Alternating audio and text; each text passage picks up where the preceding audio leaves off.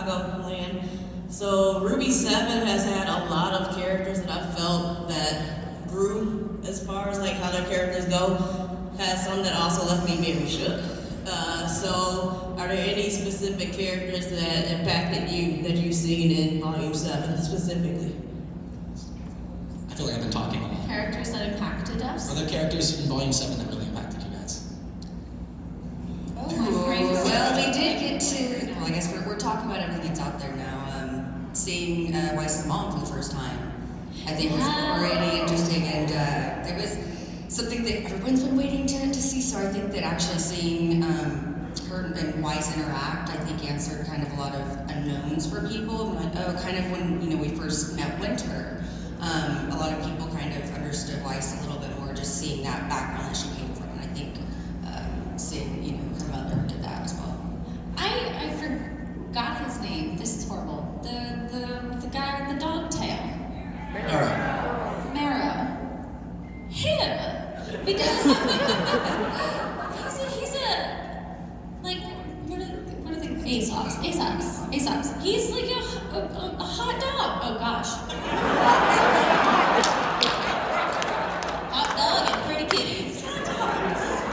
But he's a phonics, and it's never ever talked about. And I think that's awesome. I think that's how things are supposed to be. Like, well, for me anyway. Like if someone's got something different about them, like someone's sexuality or their race or maybe these are treading on places I don't have the space to talk about. But it shouldn't be like a plot point. It's just them. It's just who they are. Like it doesn't define them. It's just a part of who they are. And for some reason, that really resonated with me. The fact that he's a phonics and no one ever mentions it. I think it's great. The only person that was ever going to mention it, and then this ended up getting cut because I made chapter 3 too long, was Blake. Blake and Marrow were originally going to have a small conversation. No, doesn't always have to go there. Blake and Marrow were going to have a small conversation about it in chapter 3 of volume 7, as Blake enters in and is kind of investigating to see what's on the other side of the landslide. She and Marrow are just on comms and they have a nice conversation about it that I would go deeper into, but hopefully we're going to get some of that info on the screen in volume 8, so I won't talk about it anymore there. But yes, Marrow's the goodest of boys. He's kind of my favorite. I love that. He's a good boy. He's so freaking good. I love Marrow. Neptune's. Watch yourself, Neptune. It's gonna be Marrow here pretty soon. I don't know if I would say impacted by, or if it's a new character either. But he felt like a new character in this volume, which is Ironwood. He shook me. I'll just say that. I was shook. Is it the beard? He's the Iron Daddy, is what we call him. Literally the whole crew calls him Iron Daddy. He's got a good butt. Yeah. He walks away in a very serious way, but I think I did a live stream while I was watching this, and I was like, he's going crazy, but he's doing okay. Iron Daddy been doing his squats. Yeah. I think mine with Kara, Willow Schnee, I had the opportunity to write the first scene between Weiss and Willow, and that it came from a very personal place. The Schnee family is really sad, and they're introduced as you get everything from Weiss's point of view. To your point, when you first meet Winter, you kind of understand why Weiss is the way she is, and as you in volume 4, you meet Klein, and you kind of see, this is how Weiss survived, and you meet Whitley, and you're just like, ugh. And but what I was really excited about was when we got into Atlas, we realized why Whitley is the way he is, and that there's a much bigger tragic problem affecting the Schnee family. And to be able to have this moment between a mother and a daughter whose relationship has not gone the way it should, it was a very complex scene that was kind of intimidating, but I was super happy with how it turned out, and everybody's performances in that scene was phenomenal. And shout out to the directors too that handled that really wonderfully. So that was like one of the biggest scenes and characters was finally getting some time with poor Willow Schnee. Thank you so much. Thank you. Great question. Thank you. Hi. Hi, my name is Will. I'm from Lyle. What up? Hi. So in the beginning of R.W.B., volumes 1 and 2, I mean, you kind of started with in-house voice actors, basically, who was around the Rooster Teeth office. But from 3 on, you started getting into more like bigger, well-known names, like Chris Sabat. I mean, Caitlin Glass. I mean, Aaron Dismuke. I mean, I can go on. But as fans yourselves, how surreal is it that you see your characters doing voice lines along with people that you've been a fan of growing up as well? Is this real life? I'm not over the fact that I've worked on a scene with Caboose. Like, I didn't even realize, this is not R.W.B., and I apologize, but it's the same thing. I didn't realize what I had done until Miles had been like, you've been in a scene with Joel, like you worked with Caboose. I'm like, oh my god. Because I remember having the volume 1 of Red vs. Blue on DVD where you could like order a t-shirt from a packet that was inside the box. And I loved Caboose. But now I've been in it and I've talked to Caboose. It's great. I feel good. All the voice actors we worked with, that's the one. Yeah, I'm not like super. Gosh, I can't even remember any of their names now. I'm too excited. I mean, I thought it was mind-blowing to me in volume 1 that we had friggin' Cortana. Yes. Our Jenna Taylor playing Salem, of course, now that we know, but that to me was mind-blowing. And then we keep adding these amazing talents and people who've worked on like these insanely popular, crazy animes like Dragon Ball and everything like that. So surreal. And they're very talented, and I hate being in scenes with them because they're so good that they make me look awful. No, I know what though. In all honesty, you guys are so good. You are that good. It makes the show great. I feel like their good performance just amplifies our good performance. Like meeting Elizabeth Maxwell, who voices Winter for the first time, was it clicked. Just even our personalities, we became like best friends instantly. But it was also something that I was able to look to her as an older sister in real life, because she's been through so much more than I have as far as voice acting goes, and she knows so much, and she's so intelligent. And she really did help me. She's great for advice, whether it be about the show and voice acting or anything. So I think being in a show with these kind of these actors at this magnitude is something that when you see it on the screen, it's crazy and amazing, and you want to pinch yourself, but at the same time, it's like everyone is really, really nice and wants to help you, and it's kind of like a little community family. It's great. So the first time I worked with Chris Sabat wasn't actually on R.W.B., it was for Red vs. Blue season 14, our anthology season. I wrote and directed a trilogy of episodes that got titled Mercs. And I was so scared because I'm like, dog, it's Vegeta. What? I was so excited. And so, a lot of the times we will record remotely with actors. And Chris, we were talking over Skype. It was before we went live on the call. And I had hardly any idea what to expect from Chris. But I was like, okay, just be professional. And I got on and I typed like, well, Chris, we're all ready to go on our end, so please just, whenever you're ready, just let us know, and we'll hop on the call. And I see the little typing thing, and he responds, all right, let's fuck this popcorn stand. And I still don't super know what he meant by that. But he got on, and he did it. He was great. And that was, oh my gosh, I love every opportunity I get to work with Chris. He's so brilliant, he's so talented, and he's so funny. I love getting to work with that guy. Did anyone eat the popcorn after? No, that was, I don't think I'm ever going to forget that. It also, what was great too, I don't know if he knew I was so nervous, but like, it immediately de-stressed me. Like, it immediately made me feel comfortable, and we had so much fun, and it was a really great experience. That's why thank you. Yeah, thank with someone you idealize and you admire their work, and then they're a cool person. Yeah, absolutely. Chris is, like, so absolutely. I don't think we work with a single like shitty person on RWBY. It's really great.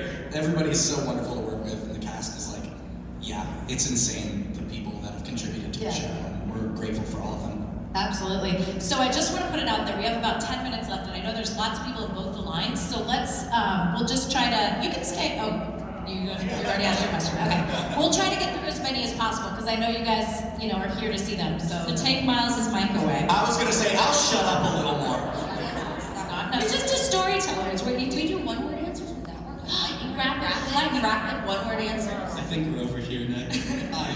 My question was actually like kind of a rapid one. So everybody's had like a big moment, whether it was Weiss with her father, Blake and Yang with Robin. What was your guys' favorite scene from Volume 7? Oh yeah. I blacked it out. The whale. When it shows up at the end. Yes. I cracked. It cracked just now. I'm losing my voice. I blacked out a lot of Volume 7. I feel my moral is memory. My memory is horrible. I'm really killing it with the speaking and the talking and the words. The whale. I blacked it out. I liked the fight with Team RWBY and the Ace. That's what I was gonna say. Oh, that was cool too. The little Stretch Armstrong. I love that. Okay. Stretch Armstrong. I like the Willow scene a lot, but honestly, I think that gives me personal feelings. Is like one of my favorite moments in Volume 7. I love Penny. She's a precious being. We don't deserve her. I know. I wanted her back. When Penny, when Winter is talking with Penny in the hallway, Oh, yeah. and she says, there's a line, and I don't want to mess it up, but it's a really sweet line. She's like, everybody. While you figure that out. Okay. Oh, the part where we're struggling with your emotions? That one, or the one at the Sheen Manor, where she's like, I don't understand. We're going really fast. Go ahead. When Great question. No. We'll work on the answers. It come to me when I was. Yes, thank It's on you. your Oh, phone. I disagree. My line, yes. My line. That's doesn't great matter. one-liners. I love that. I was like, thank you. I enjoyed Nora's passive aggressive go at Ren. But she was clearly talking about Ren and Yang. More pumping off all volume is one of my favorites. Thank you. Yeah, thank you so much. Hi. Hi there. My name's Dylan. I'm from the Rockford area as well. I just got a question about a product that I saw a while back. Are you guys actually thinking of doing a RWBY RPG? Or a tabletop, I should mean, like Not They currently. made Combat Ready. I know that there's a fan RPG that's being made that I've heard cool stuff about, but we don't have a games department anymore, so I don't think that'll be coming anytime soon. But RWBY Combat Ready is a great card game, available now. Thank you. Shame. Little Dwight Schrute. Yo, what up? It's good to see you again. I'm Stephanie, I'm from Darien, but I wanted to ask, from all the RWBY characters, which aspect do you guys personally relate to them? Which Which aspect of your character do you most relate to? Probably Weiss trying to do things perfect all the time. Because if I'm going to do something, I'm very analytical. Gosh, yeah. I actually really gelled with Jean in Volume 1 when he talks about how, when Jean is aware that he's kind of a joke and wish people would take him seriously. That was my entire life. So I relate with that a bit. I want to say Yang's motherly nature, but I have to say the puns. Obviously. They're wonderful. I'm just nervous because I got something that I want to say and I can't say it, so I won't say it.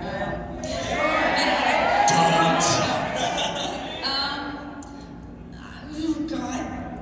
I like books. Thank you. That's a great question. Thank you. Thank you. Hi. Hi, I'm Maddie. I'm from Evanston, Illinois, and my question for you guys is, in the world of RWBY, there's so many weapons, different combinations.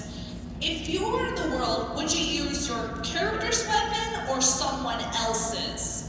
Mine's a sword. I would use someone else's. And it's like a heavy one too. You don't have special powers or anything. But I'd have to use it right-handed because I'm not left-handed. But So You you need need a a whole whole new weapon then. I'm just kidding. You can hold it the same way. I don't know, does it work? You You know, hold like it in a different hand. a left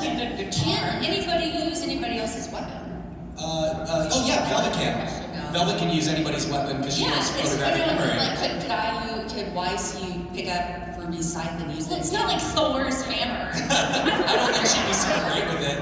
You know what? I'd go with Velvet's camera. That's Love right. that. Super cool. Yeah. We can share it. It's a cheap answer. That's the area. Because it's cheap. Because it's like, I look everything. Well, see, here's the problem though. Velvet is only able to use all of those because of her photographic memory semblance. So I'd be able to take a picture and recreate everyone's weapon and then just be like, get it.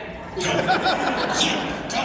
I feel like maybe Yang has taken one of Blake's guns and we've like thrown. We've worked together with the ribbon aspect of it. Yeah, I kind of want Neptune's trident just so I can be like Neptune, be like a mermaid. I want Nora's hammer.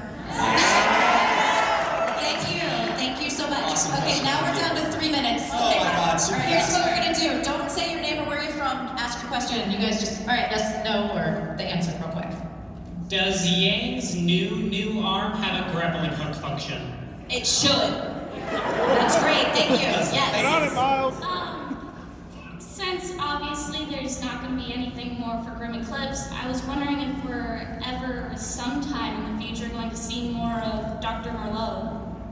Oh, maybe. It's another one of those things where we already have a huge cast, and when we add characters, we need to be very specific about characters that we add. So I will say, I'm definitely not going to say no, but like, if we do, we probably won't see anything about it for a while. Sorry. Thank you. Hi. A few months back, the mobile game Smite released the R.W.B.Y Battle Pass, which was pretty cool, and a lot of fans had their opinions, positive or negative, about which gods received which skins. If you guys had the choice, which god would you want to receive your respective character's skin? I've never played. I'm not super familiar with all the gods in Smite. Barbara, I feel like Is Barbara Jesus would in know. it? Can Jesus just be one of them? He was a healer, Jacques heals. I played Smite a while back, and my favorite character to play was Nuwa. Yes. So I would give it to her. I'll be Aphrodite. These are my gods. Yeah. Thank you. Venus on there? That's Aphrodite. Darn it. It's Roman and Greek. We can talk about this. Just say Thor. Thor. Over here. Hi. It's weird. For John's character, like, are we gonna finally see like pure, like the reaction he feels like about Pure dying and all the crap he went through and everything? He was fighting alone in the wilderness. Yeah, I cried at that episode. In regards to Jean and Pyrrha, I think we've touched on it a few times. I don't think he's ever going to be over it, but I don't think we're going to spend like a tremendous amount more time hitting on that when we still have so many other story arcs that we need to wrap up. But it'll never be gone, you know. Thank you. Thank you. Hi. You look so cool. Thank you. Alright, so R.W.B.Y is such an influential and diverse cast and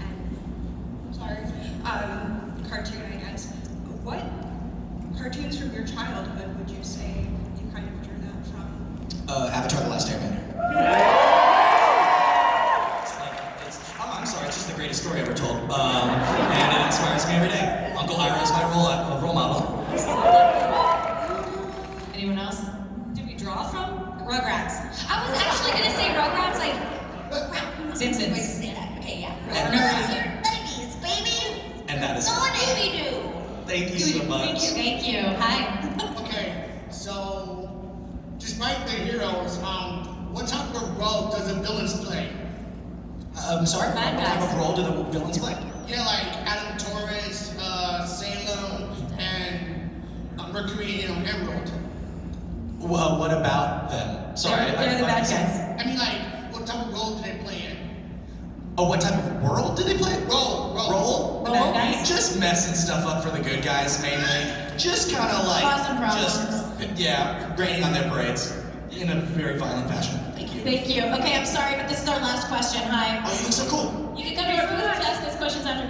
Alright, so the history of R.W.B.Y and how it has developed from the Red trailer, where I fell in love with the show from the first Rose Petal, and all the way to how it is stylistically, how it's developed story, characters, all of that. I would love to see a compendium of all of that history, like the notes that Kara has, and the ketchup napkin, and everything from start to finish. Is there a possibility that we can get that kind of collection? So, I mean, it's not gonna have everything, because that would be a million-page book that no one would buy. Maybe like 5 people would buy it. You'd probably buy it. But we have the World of RWBY. The official companion. Yeah, the official companion just came out with Scholastic. Some of that stuff is in there. We have like storyboards, some of the bigger fights. There's interviews with the animators that worked on it. It's super cool. I love it so much. It's on my coffee table. Yeah, so check out Scholastic. Yeah, they're the same folks that did the novels and the book for Little. But yeah, check it out. It's really, really cool. It's one of my favorite things we've made, and you're awesome. Thank you. Yes, thank you.